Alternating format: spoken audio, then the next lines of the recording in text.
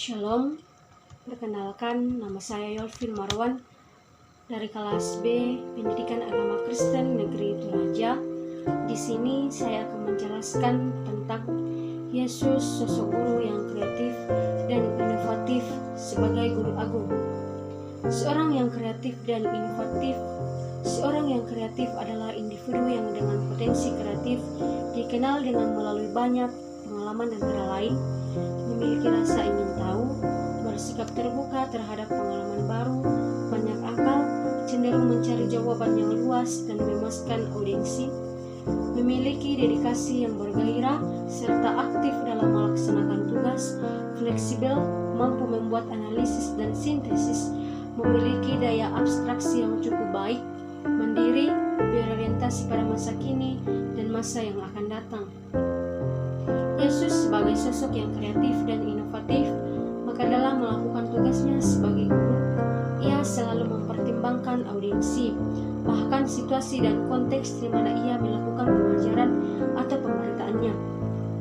Bertitik tolak dari audiensi dan situasi konteks pemberitaannya itu, Yesus memilih model dan metode pengajaran yang sesuai. Secara umum, Yesus menggunakan model pembelajaran yaitu yang pertama, Yesus memulai pengajarannya dari apa yang sudah diketahui oleh pendengarannya dan menggunakan contoh-contoh konkret yang ada dalam kehidupan pendengarannya. Yang kedua yaitu, jika mengajarkan topik yang sulit, Yesus menggunakan abstraksi yang sederhana, kemudian dia mengirim pendengarannya mencapai tujuan pembelajaran. Dari model pembelajaran itu, Yesus menggunakan berbagai metode pengajaran yang tepat sesuai dengan ajaran apa yang akan disampaikan kepada pendengarannya. Metode tersebut nampak sebagai berikut. Yang pertama, metode ceramah, yaitu cara mengajar sebagai pembentangan suatu pokok guru. Guru yang berbicara, murid-murid tinggal diam, mendengar saja. Dari metode ini mengenai skala pelajaran di mana pengajar menguraikan serta menjelaskan pokok pelajaran tersebut, sedang pelajar pengajarnya menerima saja. Metode ini sangat cocok untuk menghadapi sekumpulan orang yang banyak atau materi yang terlalu banyak. Yang kedua, metode berbicara, dimaknai bahwa cerita mengandung kebenaran dan menyampaikan sesuatu pelajaran yang penting bagi pendengarnya. Cerita mengikat perhatian karena menggambarkan hidup manusia dengan warna-warni yang serba indah. Metode bercerita sangat cocok untuk semua tingkatan umur, mulai dari anak-anak, remaja, mudah maupun orang dewasa, dengan syarat harus disampaikan berdasarkan tingkat perkembangan manusia. Yang ketiga, metode percakapan atau diskusi, yaitu metode percakapan responsif yang dijalin oleh pertanyaan-pertanyaan problematik yang diarahkan untuk mencari masalah. Yang keempat, perumpamaan, di mana perumpamaan ini dijelaskan di dalam Lukas 14 ayat 15 sampai 24 dan Lukas 15 ayat 1 sampai 31. Yang kelima, metode penyelidikan, yaitu metode yang mempersiapkan peserta didik pada situasi untuk melakukan eksperimen sendiri secara luas agar melihat apa yang terjadi. Ingin melakukan sesuatu, mengajukan pertanyaan, mencari jawaban sendiri, serta menghubungkan pertemuan yang satu dengan penemuan yang lain, membandingkan apa yang ditemukan dengan yang ditemukan oleh peserta didik yang lain. Dalam pembelajaran pendidikan agama Kristen, salah satu model inquiry ini adalah model yang digunakan Yesus di dalam Lukas 4 ayat 1 sampai 13. Yang keenam, metode audiovisual, yaitu metode dengan menggunakan media, misalnya gambar-gambar, film, papan planel, dan lain-lain. Namun, yang harus diperhatikan dalam menggunakan metode ini adalah seorang guru harus mempertimbangkan beberapa faktor dalam menentukan media atau bahan yang digunakan, yaitu tujuan mengajar, kemampuan naradidik, menyerap pesan melalui media, fasilitas yang tersedia, waktu yang tersedia untuk pembelajaran, serta biaya. Yang ketujuh, metode tanya jawab, yaitu metode dengan cara penyajian bahan ajar dalam bentuk pertanyaan-pertanyaan yang memerlukan jawaban untuk mencapai tujuan. Pertanyaan yang diharapkan adalah muncul dari pelaku belajar mengajar, yaitu guru dan siswa. Yang kedelapan, penggunaan alat peraga. Seperti Yesus memakai alat peraga, misalnya anak kecil, gandum yang menguning, gunung-gunung, burung pipit, ikan dan janda yang persembahkan 2 dinar ke bait Allah. Jadi, Yesus dalam pengajarannya, Yesus selalu mencari dan menemukan berbagai cara dalam mengajar serta menghadapi berbagai situasi. Banyak alternatif yang diupayakan dalam rangka mewujudkan pelayanan. Adapun metode-metode dalam pendidikan agama Kristen yaitu sebagai berikut. Yang pertama, tempat metode dalam pendidikan agama Kristen. Metode menjadi sangat penting dalam pengajarannya termasuk dalam pendidikan agama Kristen karena ada penghubungan yang rapat antara apa yang diajarkan dan bagaimana kita mengajarkan pokok-pokok materi. Kita hendak memberi perhatian terhadap cara-cara bagaimana yang paling tepat dipakai dalam pendidikan agama Kristen. Salah satu yang menarik bahwa Tuhan Yesus sendiri mempergunakan berbagai metode dalam menyampaikan beritanya mengenai kerajaan surga. Ia sangat berhasil sebagai seorang guru, bukan saja disebabkan isi pengajarannya, tetapi juga oleh karena cara yang dipakainya. Walaupun khotbah dan pengajaran Yesus sering ditolak oleh manusia, bukanlah metode yang salah, melainkan karena kekerasan hati manusia. Sama dengan kita sebab pengalaman pahit bahwa meskipun isi, bentuk dan metode kita berdaya guna, tetapi seringkali manusia menggariskan hatinya dan tidak mengerti dan menyambut apa yang diajarkan kepadanya. Dari sudut pandang teologi, bukanlah metode yang merupakan syarat penting dalam pemberitaan Injil, karena keselamatan adalah karunia Allah semata-mata. Namun kita dipanggil dan disuruh Tuhan untuk berkhotbah serta mengajar. Jadi di sini sangat penting cara bagaimana kita menyampaikan dan menjelaskan berita itu. Isi pengajaran kita yang maha mulia itu menuntut pula kalian yang baik dalam cara memberikannya. Baik seorang pendeta, guru sekolah minggu, atau guru agama di sekolah wajib menyiapkan diri sebaik-baiknya, bukan hanya mempelajari bahan-bahan pelajarannya dengan teliti, tetapi juga dengan melatih diri dalam metode yang paling sesuai dengan pokok yang akan dibawakan dengan orang-orang yang akan dihadapinya. Jadi, tempat metode dalam pendidikan agama Kristen adalah sebagai alat yang dipakai untuk menyampaikan pekerjaan yang amat suci yang diberikan oleh Allah kepada kita. Yang kedua, arti metode. Dalam pendidikan agama Kristen, metode adalah suatu pelayanan, suatu pekerjaan yang aktif yang kita lakukan bagi firman Tuhan dan bagi sesama kita, supaya kedua belah pihak itu bertemu satu sama lain. Metode senantiasa hanya jalan dan alat saja, bukan tujuan. Di dalam pendidikan agama Kristen, kita harus selalu menuju kepada maksud firman Tuhan. Tak boleh kita menggunakan metode supaya mencapai hasil atau sukses duniawi, melainkan untuk melayani firman Tuhan. Jadi metode akan menghasilkan iman, pengetahuan dan peraturan yang sejati dalam hidup murid-murid kita. Menjadi pertanyaan bahwa metode apakah yang hendak dipakai dalam pendidikan agama Kristen. Dalam dunia pendidikan ada teori yang hendak kita lihat, yaitu yang pertama, metode otoriter, yaitu metode yang mau menyampaikan suatu ajaran yang lekat kepada orang didikannya. Orang didikan itu harus menerima saja serta tunduk kepada kuasa. Yang kedua, metode kreatif, yaitu metode yang hendak menciptakan sesuatu. Metode ini menitikberatkan kebebasan seseorang untuk berpikir sendiri. Guru tidak menjadi penguasa atau pemerintah, melainkan pemberi pedoman atau penolong. Yang ketiga, metode dialektis, yaitu metode yang mengadakan percakapan antara kepercayaan yang diserahkan kepada kita oleh gereja segala abad dengan keadaan kita sekarang ini. Menjadi pertanyaannya adalah, metode manakah yang dipakai dalam gereja? Seringkali gereja menggunakan metode pertama, khususnya dalam pengajaran kepada anak kaum muda.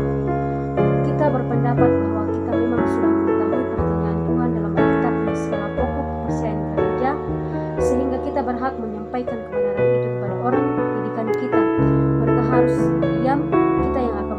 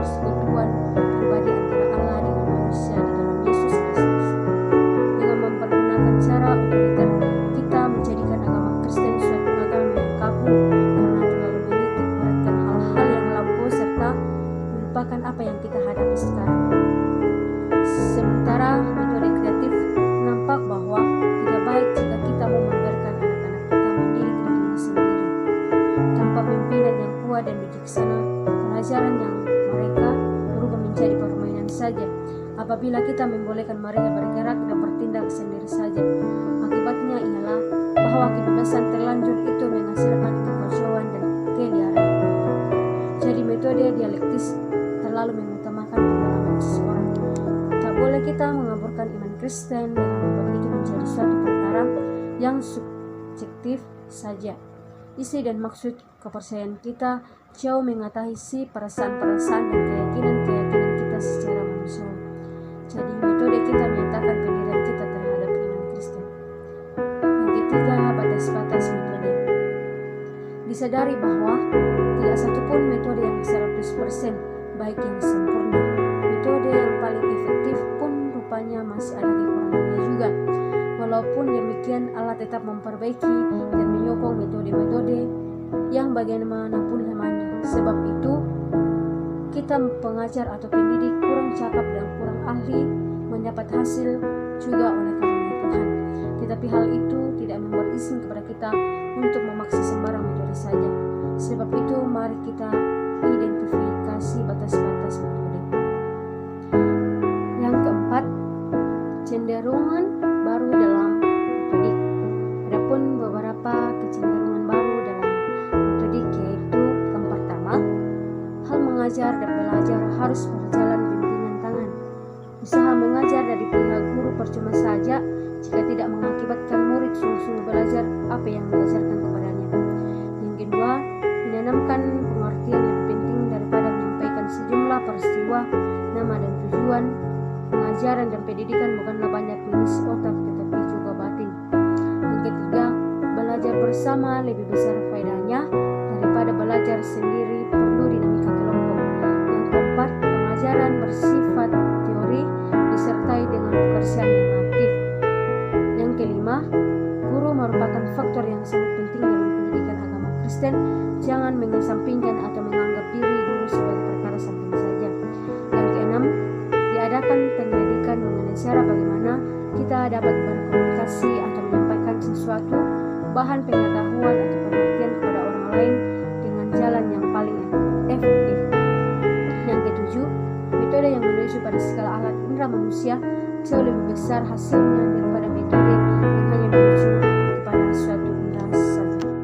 Yang kelima, model pengajaran dalam pendidikan agama Kristen. Joyce dan Maxwell menggolongkan berbagai model pengajaran ke dalam 4 model pengajaran yang berbeda, yaitu yang pertama, information model atau model pemrosesan informasi. Fokus perhatian model ini adalah aktivitas pengembangan keterampilan atau skill dan isi konten pengajaran yang akan disampaikan kepada peserta didik. Yang kedua, personal models atau model pribadi, mengembangkan kepribadian dan hubungan antara pribadi yang dihasilkan melalui aktivitas pengajar. Yang ketiga, interactive models atau model interaksi. Titik berat model ini adalah penggunaan energi kelompok dan proses interaksi yang terjadi dalam kelompok. Dan yang keempat, behavioral models atau model perilaku, mengutamakan perubahan perilaku yang spesifik. Jadi, pengenalan terhadap berbagai model pengajaran diharapkan mampu mewujudkan suatu lingkungan baru. Dari perspektif murid, melalui model yang bermacam-macam, dia akan belajar mengambil manfaat sebanyak-banyaknya, sementara bagi pendidik dengan menerapkan berbagai model pengajaran, dia akan mengembangkan dan memperkaya pengalaman. Yang keenam, metodologi kreatif dan kontekstual dari Yesus dalam mengajar. Dalam mengajar, Yesus selalu mempertimbangkan audiensi atau pendengarannya dan situasi serta konteks, terutama dalam memilih metodologi yang tepat. Ketika mengajar di Bait Allah, dia memberikan penekanan yang cukup besar